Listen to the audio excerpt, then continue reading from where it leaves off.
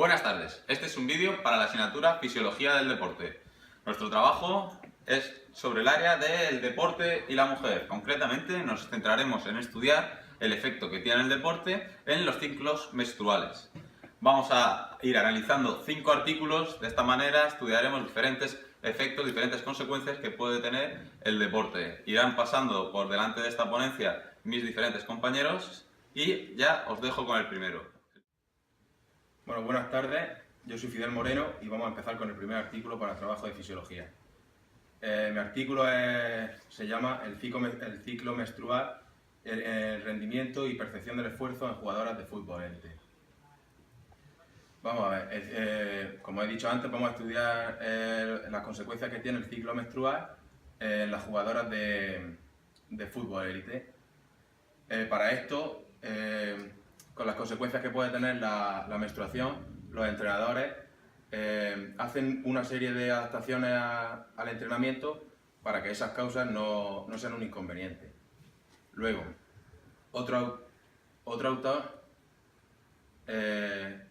presenta que con la menstruación tiene más riesgo de lesión la jugadora.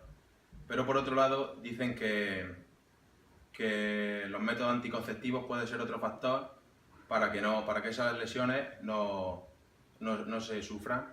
Las participantes del estudio fueron unas jugadoras de un equipo de Madrid, en concreto 16 participantes.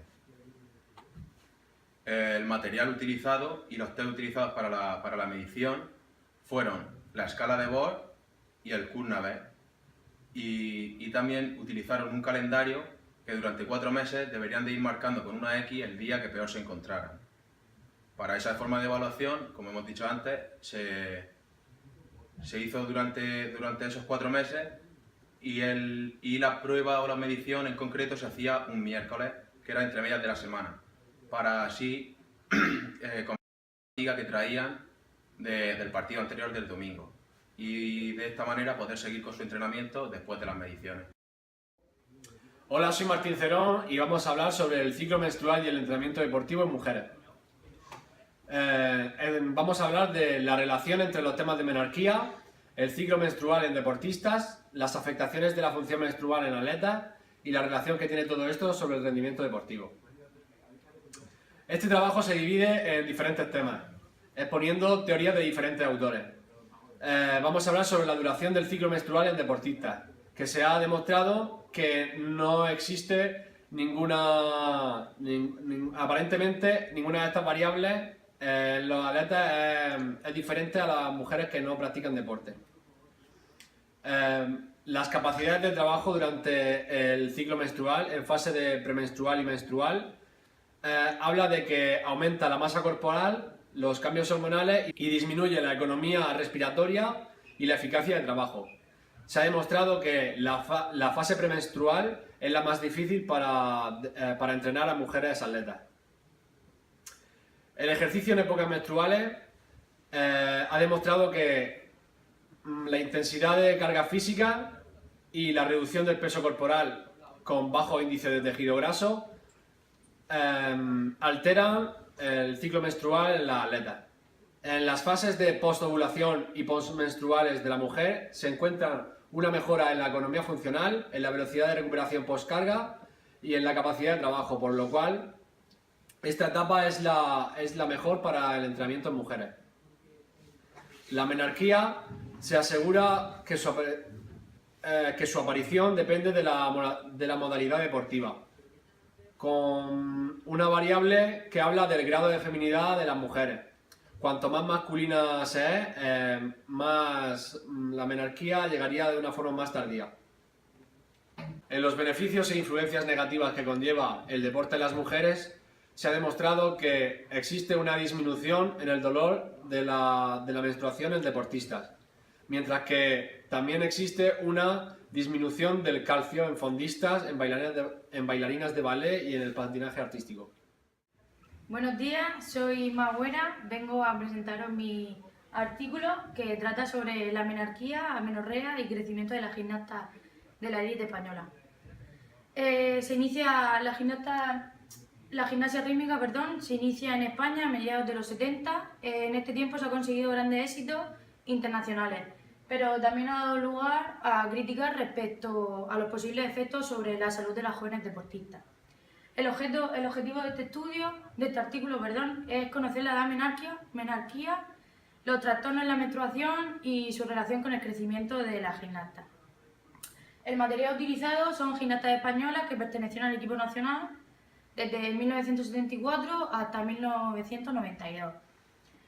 La muestra estudiada supone el 84% de la población y para conocer la evaluación de las variables hemos dividido la muestra en dos grupos. La primera en función de la época de la práctica. El primer grupo fue de 1964 a 1981 y el segundo grupo fue de 1982 a 1992. Los datos obtenidos en este estudio confirman que las gimnastas españolas también han sufrido, al igual que otras gimnastas de élite, retraso de la edad menárquica, menorrea primaria y secundaria. Los resultados coinciden con estudios como el de Gorbella y Barmi, donde encontraron diferencias entre gimnastas de gimnasia rítmica y escolares, comprendidas entre 7 y 15 años. Ambos autores piensan que un entrenamiento riguroso en edades tan jóvenes puede influir en el crecimiento, en la evolución cineantropomórfica de la gimnasta y en un retraso de su edad menárquica. Ninguna de estas 30 gimnastas estudiadas había alcanzado su primera menstruación y mientras que la edad menárquica mediana que se encontró en las niñas escolares fue de 12 años. Buenas tardes de nuevo, mi nombre es David Bermejo y el artículo sobre el que voy a hablar recibe el nombre de Pubertad y deportes atléticos en adolescentes femeninas. A lo largo del estudio que he analizado vemos diferentes factores que son, o diferentes agentes que son los que provocan ese retraso en la primera menarquía o las consecuencias de unos retrasos o de unas alteraciones en los ciclos menstruales. Nos vamos a centrar en hablar de 5, ¿vale? Hablaremos del efecto hormonal del crecimiento como factor principal, ya que al no desarrollarse la hormona del crecimiento no se producen esos cambios propios de la adolescencia. Hablaremos de genética como elemento principal a la hora de las causas de los factores fisiológicos que hemos estudiado, de nutrición, siendo especialmente relevante en deportes de un alto componente estético como puede ser el ballet, la danza o la gimnasia rítmica, la nutrición asociada a problemas más psicológicos que nutricionales propiamente dicho, anorexia, bulimia y demás, y como quinto factor y más importante que nos ocupa, el deporte intenso. Para ello resumiremos todo esto en el trastorno de la triada de la atleta femenina. ¿Qué dice este trastorno? Este trastorno habla de 3 factores, aquí los podemos ver reflejados, que son los trastornos alimenticios, la osteoporosis y la disfunción menstrual. Un estudio realizado por una universidad en Noruega, concretamente por el doctor Torstreif y Sundov Gott, hicieron un estudio con todas las atletas noruegas y diagnosticaron que el 100% de las atletas sufre por lo menos uno de estos 3 factores, asociados a osteoporosis provocado por el entrenamiento, trastornos alimenticios, las causas psicológicas de las que hemos hablado antes y la disfunción menstrual por las 5 causas de las que hemos hablado antes. El doctor Dusek introduce 3 términos que mis compañeros han hablado antes de manera muy sutil, de los que yo voy a definir. Por un lado, amenorrea primaria. La amenorrea primaria se produce cuando niñas de 16 años no han sufrido esa primera menarquía de la que ya hemos hablado. Y la amenorrea secundaria. La amenorrea secundaria es cuando pasan 3 meses y no ha acudido a la niña la menstruación que le correspondía. Y por último, la oligomenorrea se produce cuando un ciclo menstrual tiene más de 40 días. Estos son las 3 principales enfermedades que hemos detectado y que se ven agravadas por el deporte. También es importante decir que no se sabe exactamente qué factores son alterados por el deporte, ya que en edades adolescentes se confunden con los factores derivados del crecimiento. Buenas tardes, me llamo Pedro José Ortega Cascales y yo voy a explicar actividad física, mujer y deporte.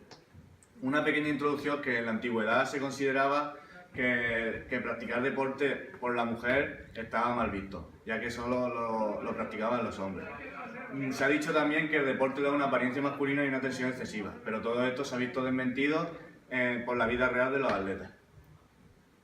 Un aspecto diferencial con los deportistas lo podemos resumir en 3 puntos generales. Uno de ellos es los parámetros evolucionan, como hemos dicho anteriormente, en el sexo femenino como en el masculino. El segundo punto es que la edad ósea es un determinante fundamental para la actividad fisiodeportiva y está adelantada en las niñas respecto a los niños. Y por tercera parte, la edad cronológica no siempre coincide con la madurez fisiológica. La menstruación y la actividad física, en esto es lo que se centra principalmente este estudio. Y es que algunas variaciones fisiológicas se producen en el ciclo menstrual. Puede ser como la alteración de la temperatura basal, el aumento de la masa del cuerpo, cambios en los hematocritos y la hemoglobina, entre muchas. Y todas estas variaciones fisiológicas, en conclusión, todas estas variaciones fisiológicas no son lo bastante significativas como para afectar a la hora de realizar el deporte. A modo de conclusión, y después de analizar los 5 artículos que han hecho mis compañeros, podemos destacar que el efecto que tiene el deporte en los ciclos menstruales está visto, comprobado y demostrado científicamente, a la vez que sabemos que los ciclos menstruales afectan directamente en el rendimiento deportivo. No hay estudios totalmente concluyentes en este aspecto, pero en un futuro sería una línea muy interesante de investigación.